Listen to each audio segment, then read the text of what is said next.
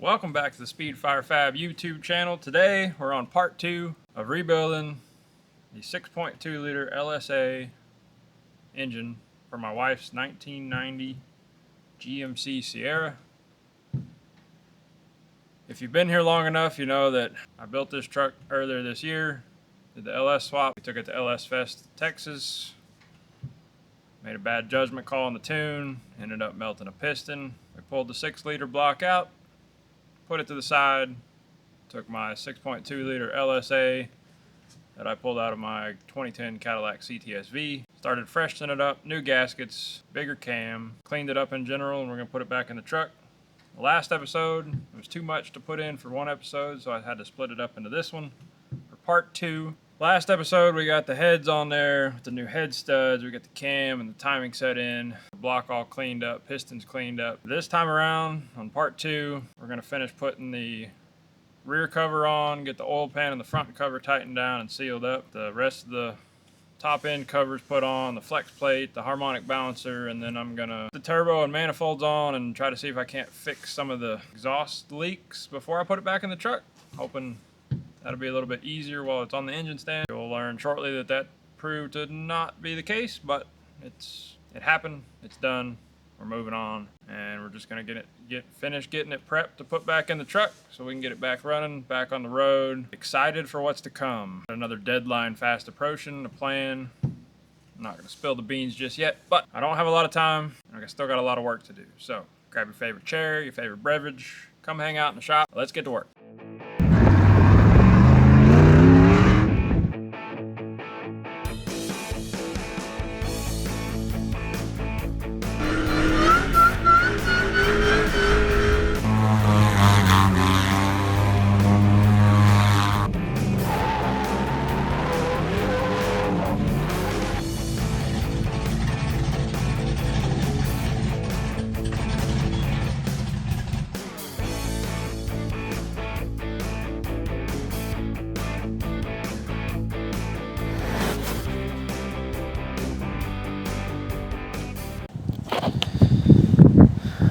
Start setting the front cover.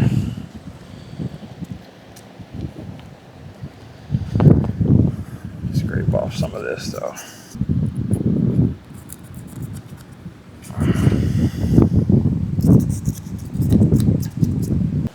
Alright, now we got to get this all cleared out.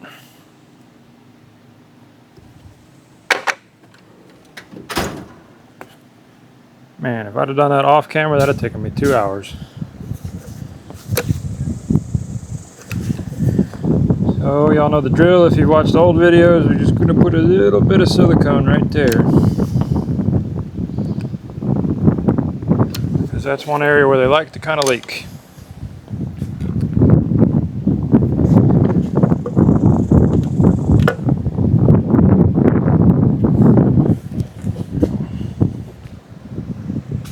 Bolts for that.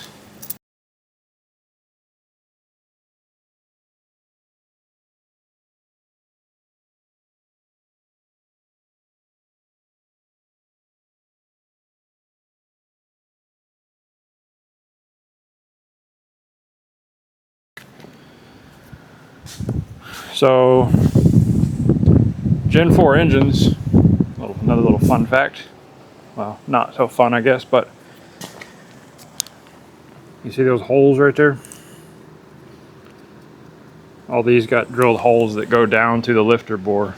And the factory 5.3 and 6.0s and all the 6.2s with the exception of the LSAs and the CTS-Vs, they're all drilled for those.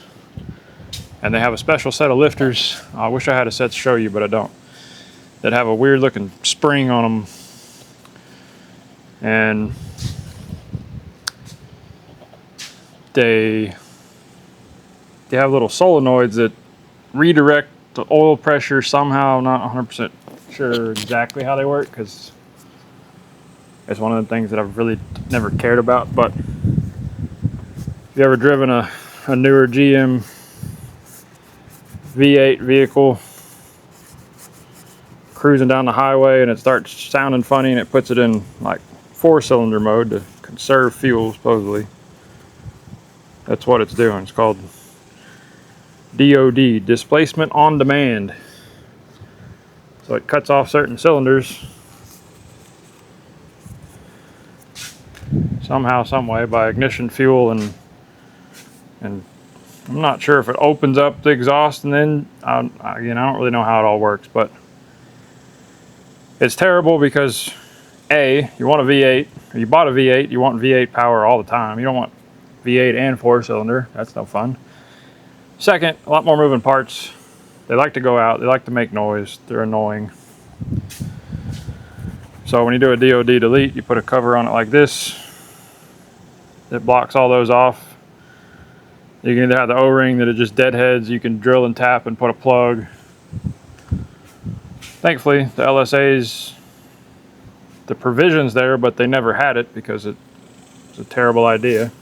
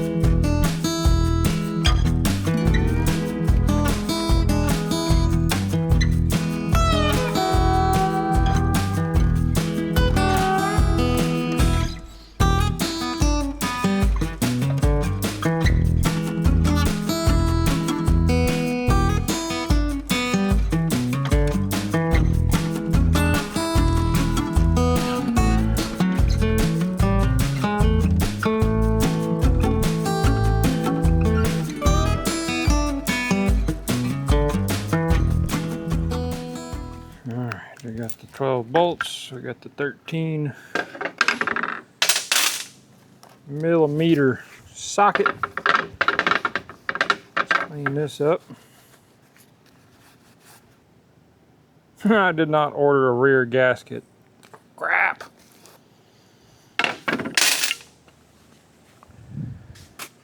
It's way past lunchtime, so I guess I'm going to lunch.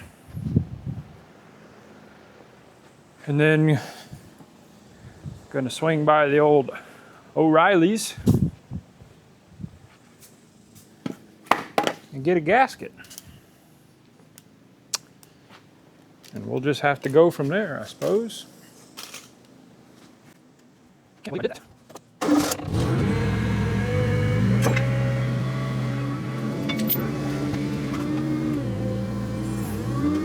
don't know where the factory one went, but we got to change the barbell. So, from the factory, there's a little plug that gets put in here. We call it the barbell because, well, it kind of looks like a barbell. Anyways, yeah, that's got to go in there. Something about, I don't know, it diverts oil. It blocks off the oil galley return or something. I'm not 100% sure, but you can imagine a little plastic piece holding in all of your oil pressures. Now we got a nice billet aluminum one. If you're ever doing this, anytime you got the rear cover off, I don't care how many miles you got. It's got that plastic barbell in there. Pull it out, buy the aluminum one, be done with it. Peace of mind. The plastic will break down over time. I personally have never seen one like break apart. I've heard of it happening, but I have pulled them out and they broke. So like, it's a very strong possibility that it might happen. Another fun fact, if you ever want to know if you buy a vehicle or engine, you want to know if you have a cam, like an aftermarket cam installed, you can see here, BTR stage 1 turbo. Any aftermarket cam should have some kind of info on it. Most stock grinds off the shelf will be like this. They'll be stamped. They may or may not have the company logo. They'll have some bit of information. Custom grind cams will usually have like a hand-etched set of numbers, serial numbers, something along those lines. If it is blank or it has one of these little square kind of dotted QR key thingies, it's going to be a stock cam. That's pretty, as far as, I mean, anything Chevrolet, it's pretty universal. Not real sure about other brands, but this is rather strange to have this many numbers on a crank, but who knows. And also, find an LS engine in the junkyard or used, it will tell you what it is. Won't necessarily tell you LSA, LS3 type of thing. Like, that's kind of where this number comes in play if you want to try to decode it. But 6.2 and 6.0 will be labeled like that.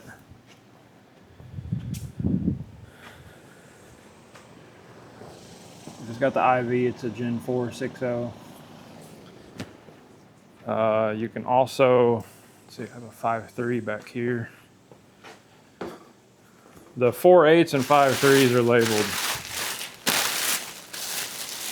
4.8 and 5.3, so you could have either a 4.8 or a 5.3. There's really no way to know that without running that block number or pulling it apart and measuring the stroke. So that's a little bit of a fun fact if you're getting into the LS world. Another fun fact, 12 years ago yesterday, I actually picked up my very first LS engine from the machine shop for a 2001 Silverado that I had. So that's kind of first time I've ever been around LS stuff. I mean, I guess a few months before that when I pulled it out, but like I got a fresh rebuilt engine. Raymac Racing Engines actually built that one. It was not a race engine, but it was a very well-built, streetable machine.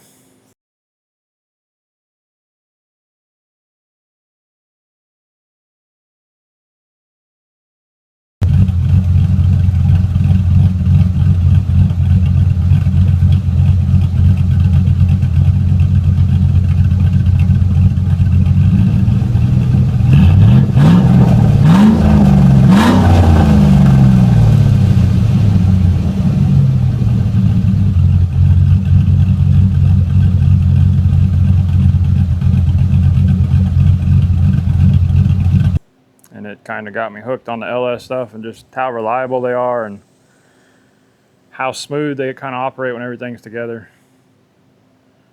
And don't get me wrong, there's nothing bad about a good small block or a big block Chevy, but in an older vehicle, they're fine. I mean, they kind of have that, I don't know, you drive a truck with a small block or a big block in it, and then you drive the same truck with an LS. Like you can see the refinement, you can feel and hear the refinement. They're just much smoother engines. You can make a lot more power cheaper, really, because again, they're built better. They had more R&D. Like the small block and big block era, kind of, you know, that was GM's learning period, if you will. I mean, they're solid engines, but the LS is definitely an improvement upon that. Sure, they have their weaknesses, but what doesn't? But I do love a good built small or big block. They definitely have their place. It's hard to beat the sound of a big block and the torque of a big block, but something about LS engines, you want smooth, reliable power, decent fuel mileage, especially if you want to boost it. You can boost, I mean, you take a junkyard motor and boost the heck out of it and have a lot of fun. Typically doesn't end very well in a small block or a big block, and then you got to figure out EFI and carburetor and all that nonsense that just gets crazy expensive because it wasn't like that from the factory. You have to buy all that stuff. Whereas take an LS, it's all there. Like you just have to tweak it and build upon it a little bit. So that's why I like LS stuff. Anyways, I'm gonna go grab some food. It's like, I don't know, 3:20 in the afternoon. Haven't had lunch yet, so get some food. I'm gonna get a gasket for this. Oh, I also got to go to the hardware store and get one of these bolts so that when I get back, see, they're really short. Might have to cut one. Get one of these bolts because when I come back, we got to get that other bolt out. And I need to transfer this plug and this fitting. And the motor mount plates, put that rear cover seal on. And we will be ready to put it back in the truck. See how I feel about doing that today, or it might be a tomorrow job. Anyways, I'm running to town. I'll see y'all, well, typical YouTube world, I'll see y'all in probably 10 seconds. So have a good one. Back from the store. This one comes with the rear main seal. I'm pretty sure that's what I thought I was buying with the other one. And I got to sharpen the knife. Seriously? Thought I was buying the whole kit, but I guess not. Good news is all LS engines are the same, so I can use that for future projects.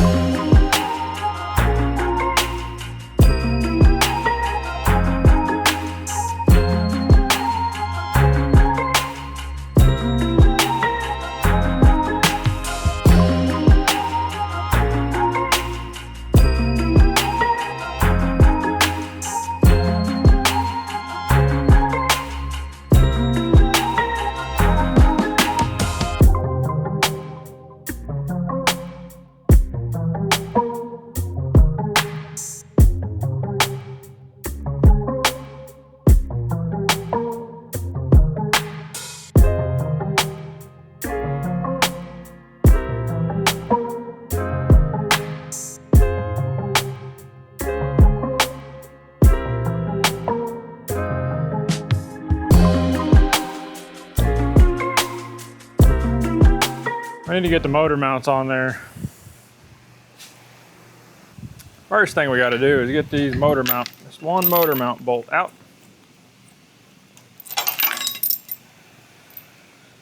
So I guess that means I'm moving the porticool again and the forklift.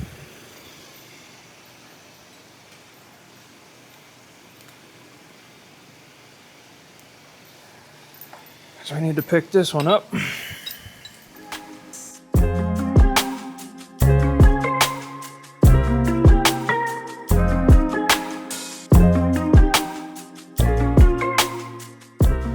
So these three are loose. This one's the one that's stripped out.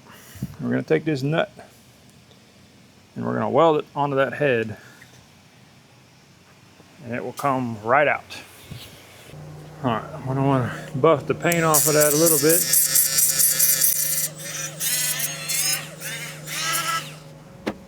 I'm gonna use the old squirt gun today. A lot of times I'd use the TIG welder for this, but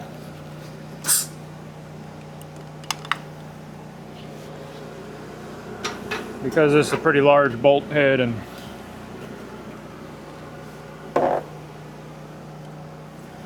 pretty large nut, should be okay.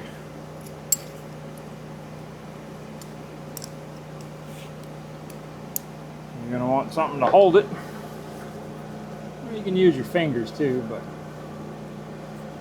she'll get a little toasty.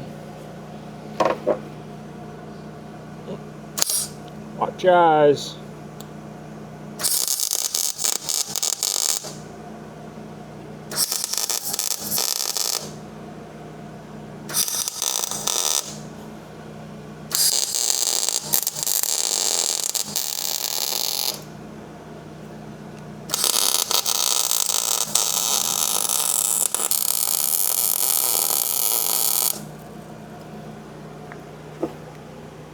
Alright, we're gonna let that cool down.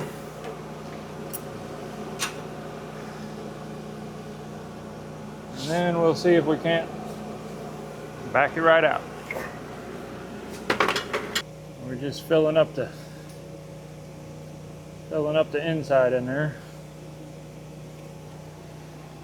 Gets a little tricky to do with the MIG welder when you got a smaller bolt head. But it's also tricky to do with the TIG machine too, especially if you don't have great access. All right, it's probably cooled down enough.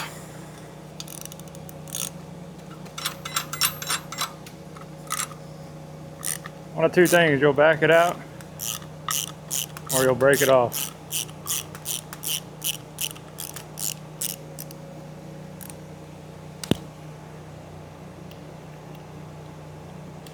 But we got it.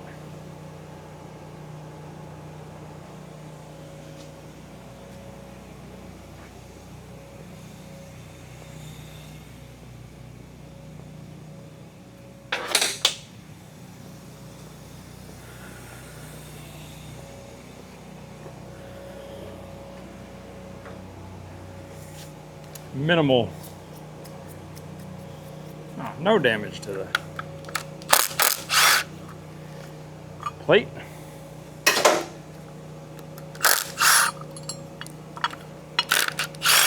Aluminum holds heat, so the whole thing gonna be hot. All right, let's see what it's gonna take to get this thing out. Oh, nothing at all. Look at that.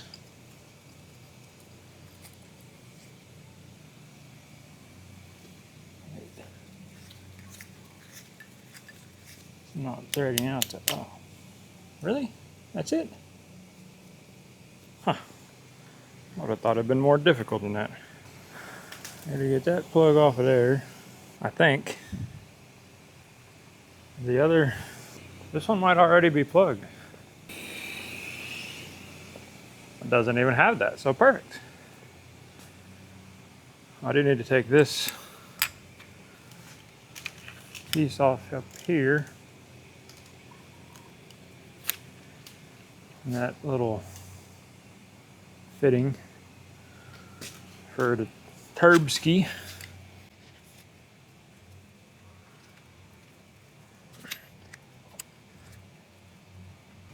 And I'm also going to take these knock sensors because they're brand new.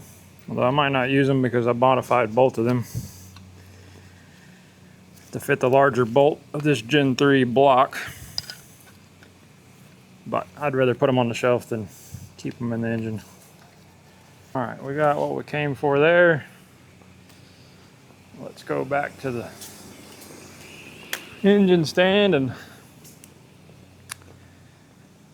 get to moving. All right, let's roll this over and get the motor mounts on. Well, before I roll it over, I guess I better tighten those valve covers before they go flying off.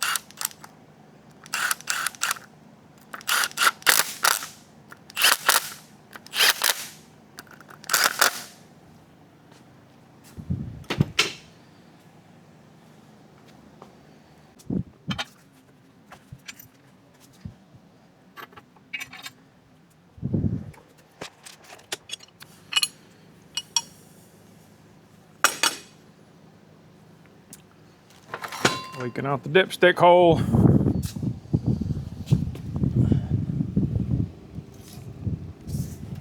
No. Alright. I think these are ICT billet adapter plates, if I remember right, but they're labeled D and P for driver and passenger, so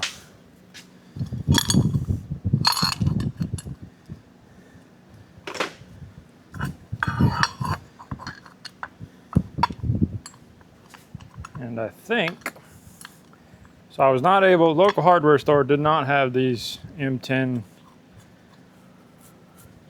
1.5 countersink bolts, but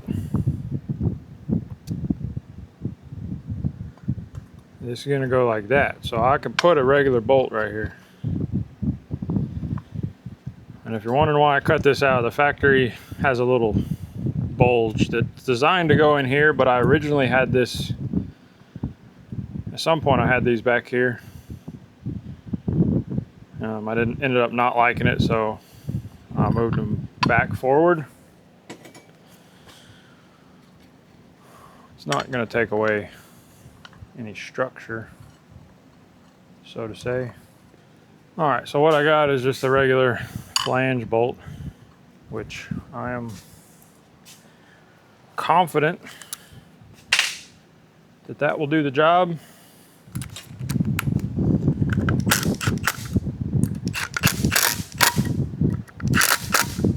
And I can always order one of these because it's the driver's side, it's easiest. This whole area is open, unlike the passenger side with all the turbo stuff. I can very easily pull that out and change it if it starts becoming an issue. But I don't see why it won't work.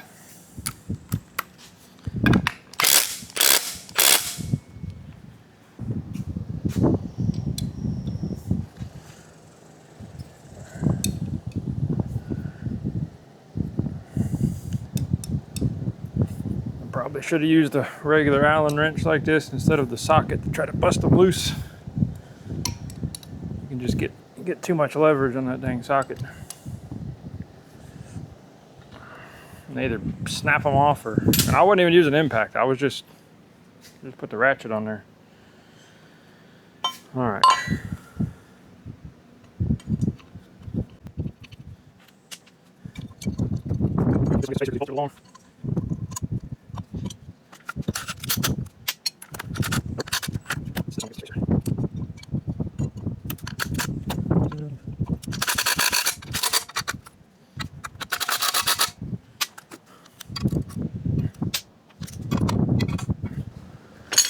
Ready, nice.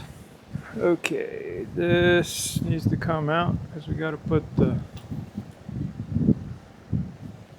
turbo fitting in there.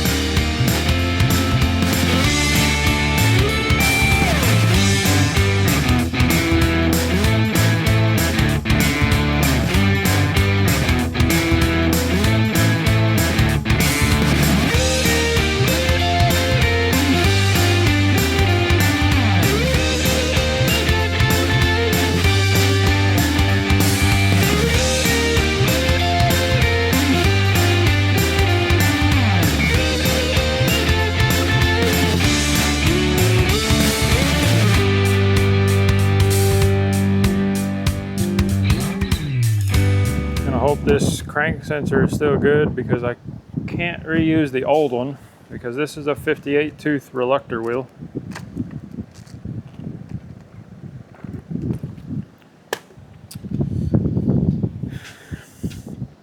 Which means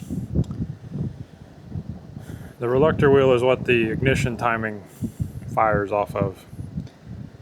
You have to have the right ratio between the wheel and the crank and the cam sensor gear. If I was running this is the great thing about the Haltech. If I was running a factory computer in this truck or a Holley EFI, this would not work. Like, I would not be able to put this 6.2 in there and get it to start. They do make a conversion box you can plug in. I've used them in the past. They're kind of finicky. They don't always work very well. The only other option is take this crank out, press the reluctor wheel off, and then press a 24 tooth on, which is what the other motor has. Thankfully, the Haltech can adapt. You can change the setting to whatever it is, 58 or 24. You can mix and match. I'm not going to get into the science of how the reluctor wheels work. That's a rabbit hole that we don't have time for, but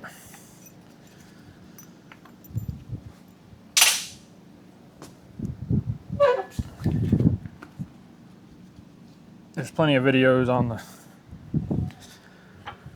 on this app that you can look that up if you want to know. Okay. I think we're going to put the manifolds on, start getting that prepped. We might as well do the easy side first.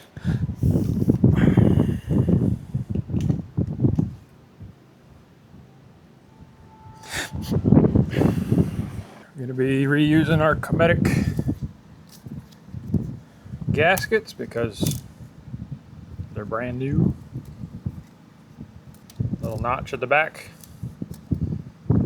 I always tend to forget that.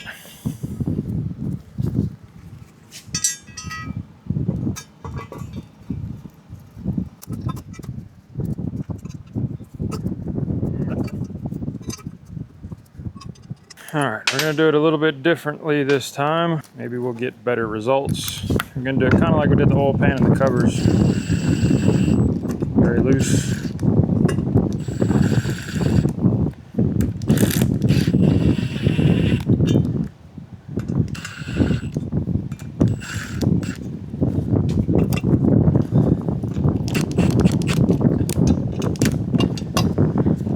Hopefully the idea that if it's still loose, we can get our crossover in and get that seated and tight, and then kind of force the rest of it in where it wants to go.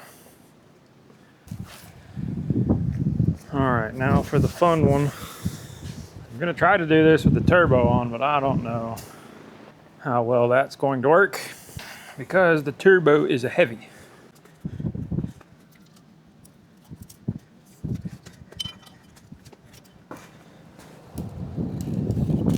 See nothing if I do that.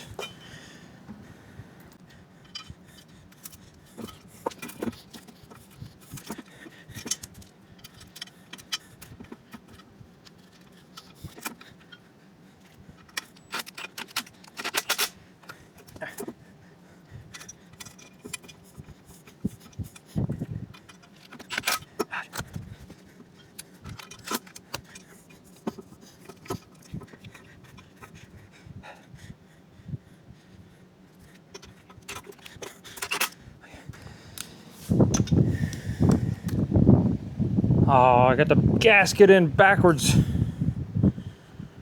Shoot.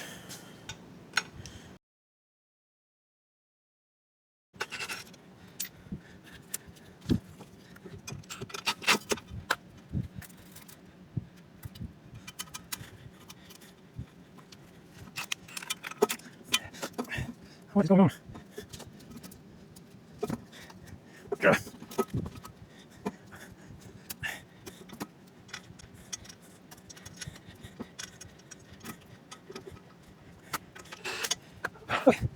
Got a couple bolts in there.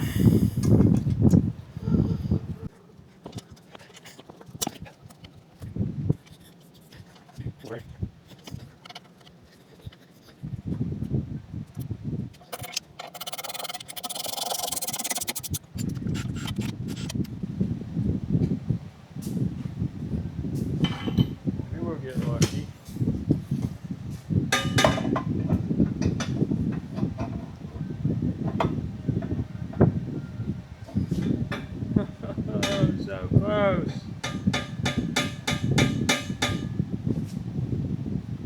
All right, so if we can get a set of spark plugs in that's the main goal. Well, since y'all are probably sitting down watching this, I think I'm going to do the same, except I'm not going to be watching. All right, so this one actually needs to be clearanced up into there. That one could be clearanced a little bit too. I'm gonna just open this. Oh, it doesn't fit.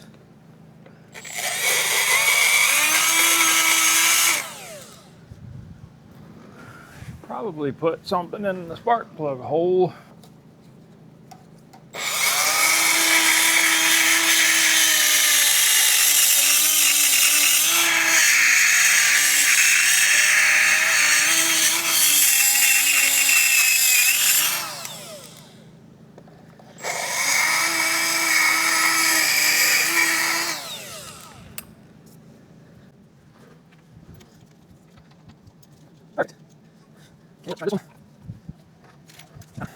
Show y'all exactly what we're trying to accomplish here. So you can see how this portion right here, the bottom of that flange is just flat, right? This one's got a little arch in it. This one was flat too. So I just kind of ground a little bit of arch. I'm gonna do the same thing to this one because there's plenty of room with the little arch there. So honestly, way better than I thought it would be. I was thinking we were gonna have to grind a lot. Okay.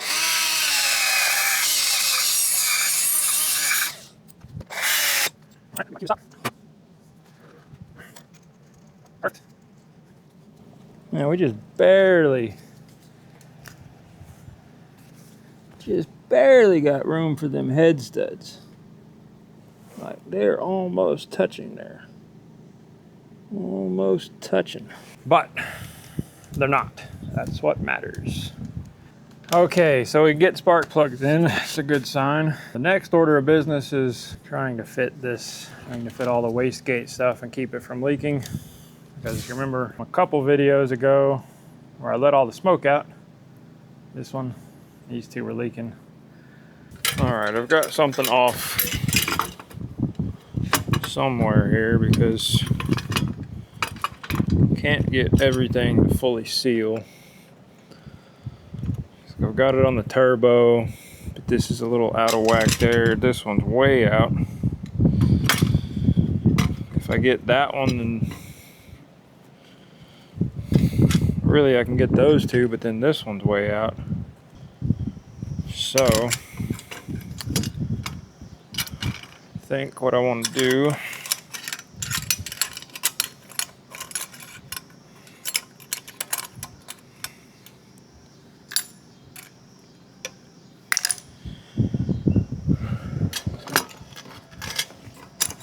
looks like I can get the two wastegates pretty close together, and I think I'm going to loosen the turbo and see if I can adjust.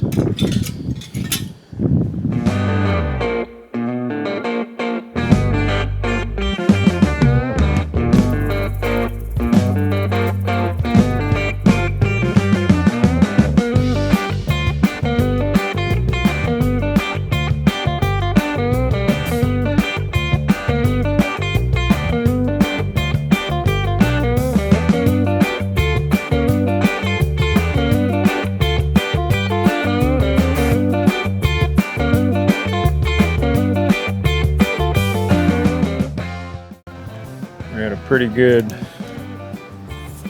little gap. It's not quite a square gap, so I'm hoping I got enough wiggle room. I really doubt it, but maybe I got enough wiggle room in the turbo housing itself.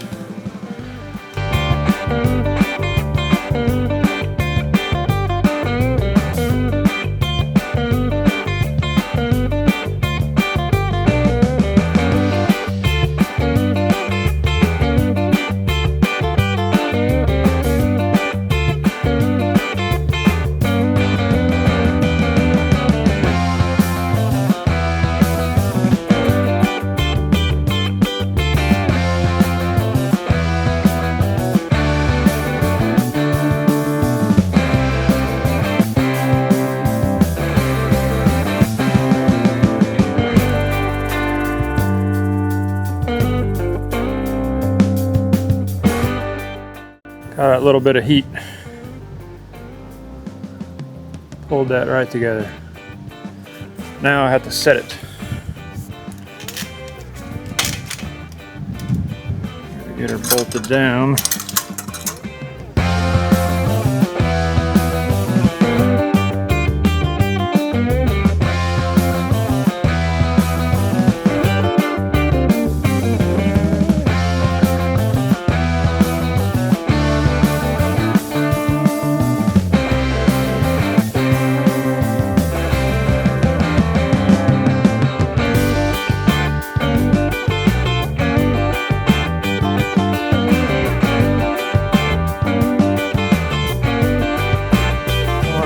Smoke machine set up.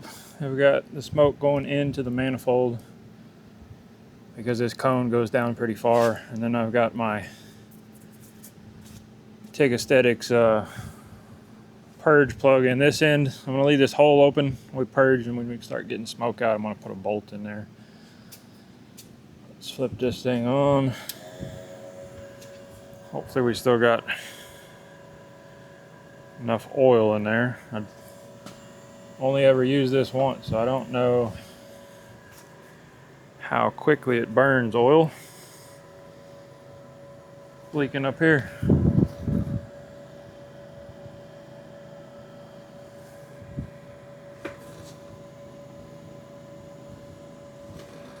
Maybe out of that first spark plug hole. All right, so much for what I thought would be kind of easy. It didn't look like it was leaking at the top, so I mean, I guess if we're 1 out of 3, that's promising. So I'm going to take this one back off and then take that one back off and start there. See what that looks like.